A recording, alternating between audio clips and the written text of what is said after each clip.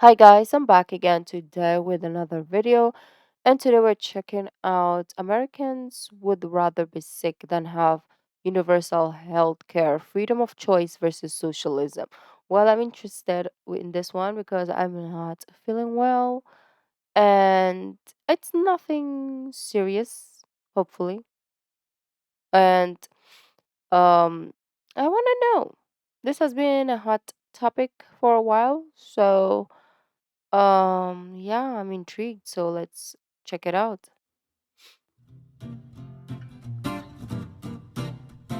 Hi everyone, what is up? My name is Haley. Welcome to my YouTube channel. If you did not know, now you do. Hey you guys, what's up? In today's video, I haven't picked a title yet, so fingers crossed that it's something interesting for y'all, but I'm going to be talking about US capitalism and how it hurts Americans, yet they still hate social benefits. And so with that being said, don't forget to subscribe. Don't forget to give this video a thumbs up and let me know down below in the comment section what you think about this type of video. And so it's slowly getting into election time here in the USA. That means a lot of political talking points are being brought up on a more national scale or national level, and healthcare is always one that pops up around this time. And for me, it's a different outlook now. You guys know how I've always been about US healthcare and how it needs to be changed, how things need to be implemented properly into the culture that we have here. But now, since going to school and working in the medical field a little bit, I have realized that there are so many more things that need to be changed. And it also just solidifies my views that I had, but with actual real world knowledge and experience. And this video is going to be tailored to a particular group of people in the USA. And it's mostly rural Americans because those are the people that I feel shoot themselves in the foot so often here in the USA. And so I was reading an article talking about how rural Americans tend to be a little bit more conservative while urban Americans tend to be a little bit more liberal. And you guys are probably thinking, what does that have to do with healthcare?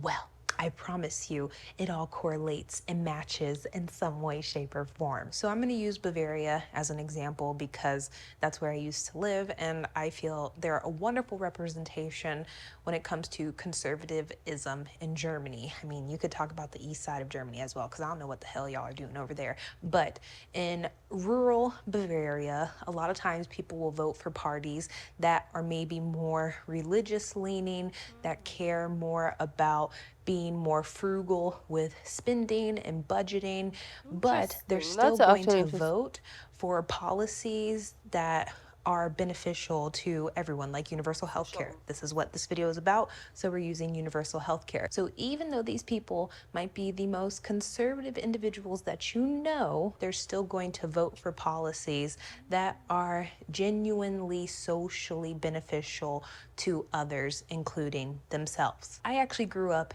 in rural Florida. Believe it or not, I'll put a map so you guys can see the rural areas in the state of Florida. I lived in one of the green areas, and it's interesting for me to see it from my perspective because I've lived in rural Bavaria, I lived in rural Florida. I grew up my whole life in rural Florida. I live in now a sort of bigger city in Florida.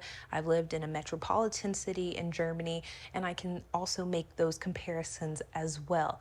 And so that is why I think this video resonates so much with me, or these points resonate a little bit more with me than other videos that I've made. I saw another article talking about the Affordable Care Act, which is AKA Obamacare. I'm going to be posting a video talking about people pissing each other off here in the USA and how it's a bad thing, yet here I am doing it because I know it bothers people when I say Obamacare. But Obamacare, ACA, had a Medicaid Expansion Act that would expand Medicaid coverage to nearly all adults with incomes up to 138% of the federal poverty level. Out of the 50 states, 41 of them adopted and implemented these practices. Do you know what state was part of the not Florida. Florida. But digging a little deeper, there were more articles talking about the correlation that came with rural areas that did not adopt and implement the Medicaid expansion, which a lot of right leaning conservatives here in the USA deemed it as socialism at its finest. Those places were experiencing a higher rate or a higher decline. There's a fly right here, you guys. So if he's like flying in the camera, Oh, I'm I so just saw. sorry about that. Those places were I always experiencing have that. a higher decline or a higher rate of hospitals closing in rural areas. And I was just like, that's interesting. The people that are usually struggling the most in the USA tend to live in rural America. So those people not only are voting to not have social benefits, but those voting practices that they are taking part in are then leading to less medical care for themselves in their communities. So then I went down a rabbit hole of why is universal health care bad, why universal health care is not good for you, why socialism health care is not good. All of these key tag words that people use to talk about something like in Germany, universal health care, and why it is not good for the average American. And when I tell you the things that I found, the counter arguments were ridiculous. But something that I saw all the time was comparing the USA to Canada. And I'm going to use that for the next like chunk of this video because so many people were writing about the horrible medical system in Canada. So the first one is long wait times. The second one is not enough physicians. Third one is not enough nurses. And the fourth one is usually not enough beds. And the crazy thing about all of this is that it can be verified and fact checked relatively easily because this information is readily available on the internet. So tackling the first point, which is long waiting lines, this is a scare tactic that is constantly brought up as a negative to universal health care. They say, look at Canada, look at Germany, look at, I don't know, Norway, just throwing random places out there. Look at how long these people have to wait for important life-saving operations. And always my counter argument is, have you ever been to an ER in the USA? If you are not having life-threatening Yeah, like when she was saying that, I was like, we don't have universal health care here, and our waiting line is insane. And that is appointment based already, right? So you go to a private clinic and then you already wrote down or you booked an appointment, but you still have to wait like the longest ever. It's crazy. Because my friend who is pregnant, she was having an appointment and she had to wait like what 4 hours. I was like, what the fuck? You guys are pregnant. Most of the people who visit the OB/GYN, not all of them, but most of them. And then you have to wait that long. I know they have seats maybe sometimes because I have an OB/GYN, and when I go there, sometimes there's no seats because it's like different clinics. So she's an OB/GYN, there's a pediatric doctor, there's so on and so forth. So there's like so many people waiting. Sometimes you don't have a place to sit. And crazy thing is, she doesn't have like I'll text you when it's your turn or I'll call you if it's your turn kind of situation. So if you're not there to call your name and you're not there, the next person will go. So when you come back, when that person is done, that's when it's your turn. It's like what the llama. There's a doctor though that's he I think he has the I'll text you situation. But sometimes when you come and there's another patient there who is actually there because you are not there when they called you, but they texted you, you still have to wait. It's like so, I don't know. It's no. medical issues, Even if nine you're in times pain, you out have of to wait 10, forever. you're going to be waiting hours. Worst case scenario is that you're going to die in the waiting room. When you're going to a normal healthcare facility, doctor's office, wanting to get a simple procedure done or a simple checkup done, 9 times out of 10, you are going to have faster service because you are also going to be paying, I don't know, double, quadruple what your European, actually Not rest of here. the world counterpart pays. So combining the other 3 points of not enough physicians, not enough nurses, not enough hospital beds, according to Google, in the USA you're looking at 2.6 doctors per 1,000 people. In Canada, you're looking at 2.7 doctors per 1,000 people.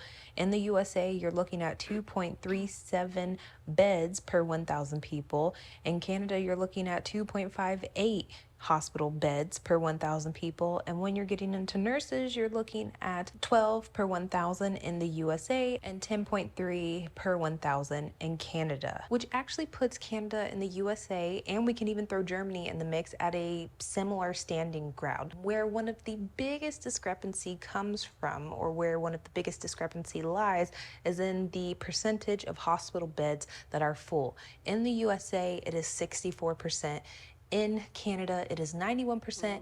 And Germany, I don't remember the exact percentage, but I will put it up in the video so you guys can see. And what this tells me is that people in the USA are not going to the hospital. People in Canada are going to the hospital. Why is that, you ask? Because they actually have health care. Are they probably going to the hospital for a minor cough and cold? Maybe. Is that necessary? No, not really, but they can do it. But in the USA, people aren't going to the hospital for major medical issues. So that means people are letting their problems fester, grow, and turn into these malignant, very bad things. And then you're having more complicated health issues later on because you're too afraid to go to the hospital, to go to the doctor, because you don't have enough money. According to the Kaiser Family Foundation, the percentage of US doctors in adult primary care has been declining for years and is now about 25%. So not only are you not having, doctor's visits, hospital visits that are maybe necessary in your life due to the financial burden that might be placed on you, you're also not having these things because you don't have a primary care doctor, because maybe they're declining in your area. Rural America, hello. If you do have the right insurance and they accept it, you're probably going to have to wait a couple of weeks or a couple of months to actually have an appointment seeing a physician, or you'll be introduced to the concierge service that a lot of primary physicians have implemented in their practices, which is basically a monthly or yearly annual fee that you have to pay in order to be seen by the doctor. And this doesn't even include all of the money that you're going to have to pay for other services, other surgeries, other treatments that you might need. And these fees could range anywhere from, I believe the lowest I saw was maybe 1,000 a year to upwards of 20,000 a year. And I know a few people that work at doctors that have this type of business structure, and a lot of people pay for it here in the USA. So then you have millions of people that are suffering medically, yet actively voting against themselves and actively voting not to end their suffering. So I'm sort of stuck between a rock and a hard place in the USA, because on one hand, I want to be empathetic and sympathetic, but on the other hand, I'm like, why do you keep doing this to yourself? Maybe it's a lack of education. Exactly. I was gonna say maybe they just don't know, right? Because if they don't know, they're not gonna teach their kids, and their kids they're not gonna teach their kids, and it's just gonna be a cycle of like just not knowing. So if the of course America's not gonna educate their people because they're like more money for us.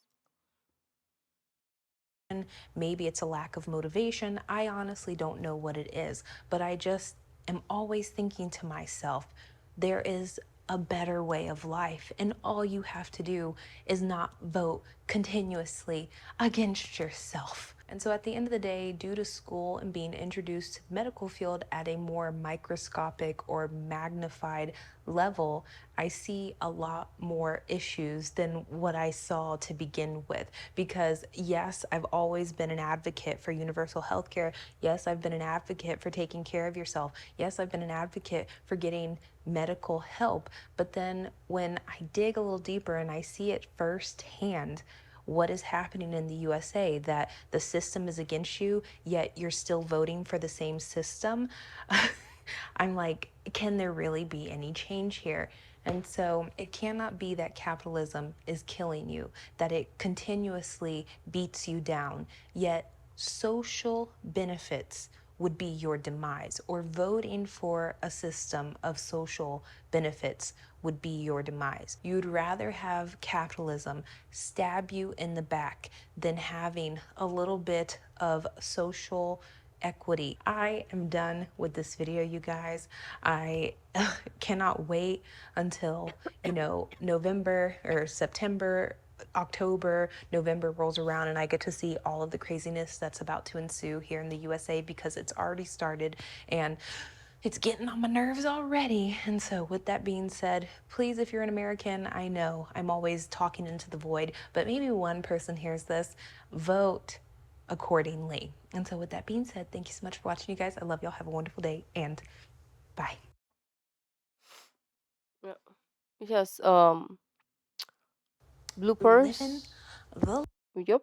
That is literally how video starts. You talk and then you're like, what is happening? But anyways, that is a very eye-opening video. I mean, I would have never thought about this if I didn't start like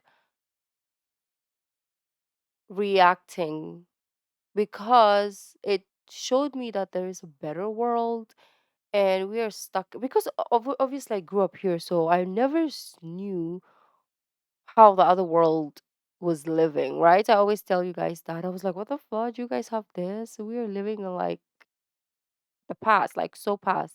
We're ancient over here. You guys are so like living in the future. So it made me realize that there's so many things that we can have, like a better world, but I feel like we never thought that we can have it good, right? We were always thought that, okay, this is it for us. This is our country. We're so poor, but it's not true. Yes, we might be considered poor, but I feel like that is because of so many factors, right? Like we could also rise up as a good, like not super poor country, but the leaders are just effing everything up. And we thought, oh, this is the norm. This is how life works. Okay. People in power. Yeah. This is how it is. And there's no like, this is never going to change. Right. But I feel like by watching this, I was like, there is hope and there's a way. So we'll keep that in mind. Well, I don't know if I'm speaking words or nonsense, but I will see you guys hopefully tomorrow. Thank you guys for joining me. Always, for those like two people who always watch my video, thank you. And yeah, I will see you in the next video. Bye.